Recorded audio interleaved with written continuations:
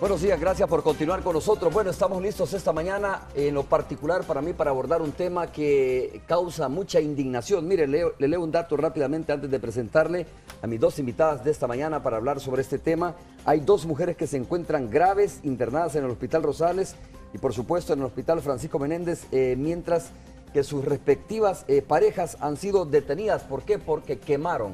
En las últimas horas se reportó este dato, quemaron a sus parejas, una de ellas más del 90% de su cuerpo fue atada o amarrada, si usted quiere, y posteriormente quemada por su pareja. Este es un dato indignante, es una información que indigna, por supuesto, a el sector femenino y a todos los salvadoreños y salvadoreñas que diariamente vivimos o somos, digamos, estamos informados sobre lo que sucede en nuestro país.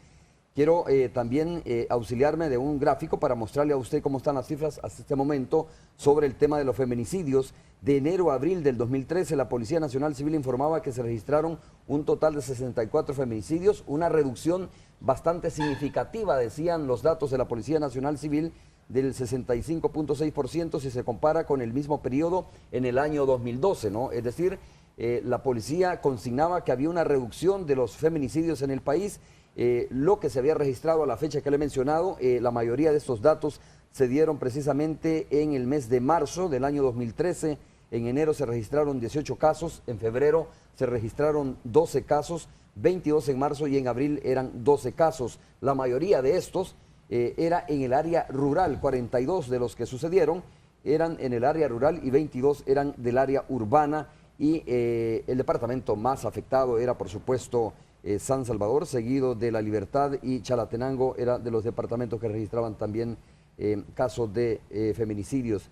En el caso de la violencia intrafamiliar hay datos importantes también que hay que revelarlos. La violencia intrafamiliar por municipios, en enero del 2013, quiero contarle que Soyapango es de los municipios más afectados por la violencia intrafamiliar, seguido por supuesto de Usulután. Apopa también tiene un alto índice de violencia intrafamiliar y por supuesto San Salvador. Algunos de los datos que son importantes que usted los maneje: violencia intrafamiliar por edad, por ejemplo, entre los 31 y 40 años son los casos de violencia intrafamiliar que más se están registrando según esta cifra o estos gráficos que estoy viendo en este momento. Ima Girola, de C-Mujer, muchas gracias, Ima, por estar con nosotros. Un gusto tenerte aquí también. Muchas gracias, bienvenida. Muchas gracias a ti, Romeo, y a nuestras amigas y amigos televidentes. Y está también la Procuradora Adjunta para la Defensa de los Derechos de la Mujer y la Familia, Raquel Caballero de Guevara o Guevara, como te gusta que te digamos. Raquel de Guevara, está bien. Raquel de Guevara. Gracias por la Raquel, invitación. muchas gracias. Tú también estás como candidata a la Procuraduría para la Defensa de los Derechos Humanos, ¿no? Sí, estamos ahí en ese reto. Has sometido tu currículum a la Asamblea Legislativa para que sea considerado. Sí. Bueno. Qué bueno y suerte realmente, ¿no? Gracias. Suerte, porque hay una buena cantidad también de personas, de profesionales que están optando también por esta misma posibilidad. Sí. Bueno, Ima, ¿cómo ha evolucionado? Fíjate que si volvemos a la cifra que estaba leyendo, según la misma Policía Nacional Civil, según los registros de las autoridades de nuestro país, los feminicidios habían bajado o han bajado en nuestro país, pero nos alarma cosas como estas, como dos mujeres que fueron quemadas por sus parejas. ¿Cómo ha evolucionado o involucionado esto realmente? Bueno, mira, en primer lugar, Romeo, lo que hay que tener en claridad es que seguimos en El Salvador sin tener una política criminal con perspectiva de género, con indicadores de género, que hagan un análisis transversal sobre los modus operandi, sobre las formas de actuar, sobre las causas y sobre el proceso y la ruta crítica que dibujen esa hoja de ruta en los feminicidios. Y entonces todavía seguimos escuchando a nuestras autoridades hablar de los asesinatos a mujeres como se habla de otro tipo de asesinatos. Tú dices que no hay una política criminal, o la hay y no se aplica. No Estoy hay. leyendo ahora mismo, mira, Ley de Igualdad y Equidad, Ley Especial Integral para una Vida Libre de Violencia para las Mujeres, que fue promulgada precisamente hace poco, ¿no? Y así, obviamente, acompañando a esto está el Código Civil, ¿no? Está también el Código de Familia, el Código Penal. Digo, ¿hay leyes o no hay leyes? No, esos son cuerpos normativos, pero estamos hablando de una política criminal, es decir, un conjunto de elementos, de estrategias, de indicadores, de elementos doctrinarios que logren identificar cuál es el comportamiento de los feminicidios en El Salvador, cómo se pasa de una expresión de violencia de género contra las mujeres que que se ha naturalizado en nuestro país a la violencia de pareja y la antesala de ella, entonces, del feminicidio. ¿Cómo se transita esa ruta crítica? ¿Cuáles son los obstáculos en el acceso a la justicia? Mientras nuestras autoridades sigan teniendo, vamos a decirlo de esa manera, indolencia y poca voluntad política, porque la voluntad política no es que tengamos leyes, la voluntad política no es inclusive que haya un discurso, que haya una norma, la voluntad política implica realmente que en la práctica se aterrice con mecanismos, con estrategias y con unidades especializadas que tengan en claridad cómo manejar esta situación. ¿Y esas leyes no establecen esos mecanismos? Algunas de estas, sí, por ejemplo, la Ley Especial Integral para una Vida Libre de Violencia para las Mujeres establece, por ejemplo, en la Fiscalía General de la República una política criminal.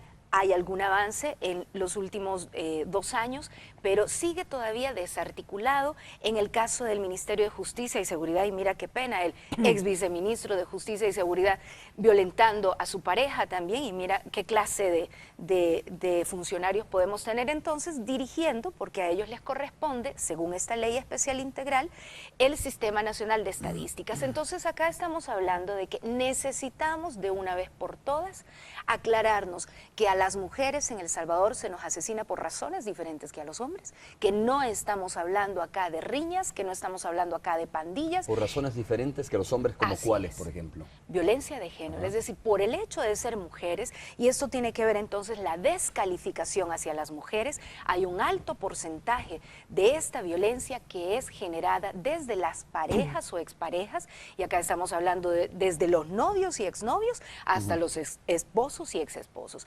Entonces, cuando vemos esta situación y vemos la violencia sexual en El Salvador, cada 3 horas una mujer, niña, niño o adolescente es víctima de violación sexual en El Salvador, cuando el Ministerio de Salud dice que en el año 2011 recibió y atendió a más de 26,000 niñas y adolescentes entre 10 y 19 años embarazadas producto de violación sexual, cuando estamos hablando de que hay niñas y niños entre los 7, 8, 9, 10 años que están desarrollando SIDA en el país. Estamos hablando entonces de una situación grave de violencia de género, de violencia etaria también, y estamos hablando que estos esfuerzos, porque tampoco podemos negar que los hay, y que los hacemos desde la parte gubernamental y desde la parte no gubernamental, pero que estos esfuerzos no tienen una columna vertebral.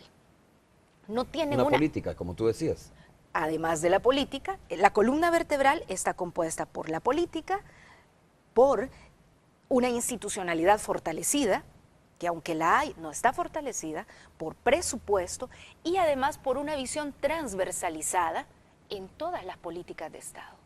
Quiere decir que, por ejemplo, deberíamos de tener un abordaje distinto de todas estas mujeres que son víctimas de las pandillas, del crimen organizado, para llevar droga, para llevar chips, y en vez de verse como victimarias y procesarse como tales, se debería de analizar que detrás de esto hay una presión y una violencia de género ejercida contra ellas, y no se está generando protección. Por poner un ejemplo. Procuradora, ¿cuál es su lectura sobre esta situación? Bueno, en primer lugar, conociendo este caso de las 2 mujeres quemadas, primero me solidarizo con las víctimas, ¿verdad?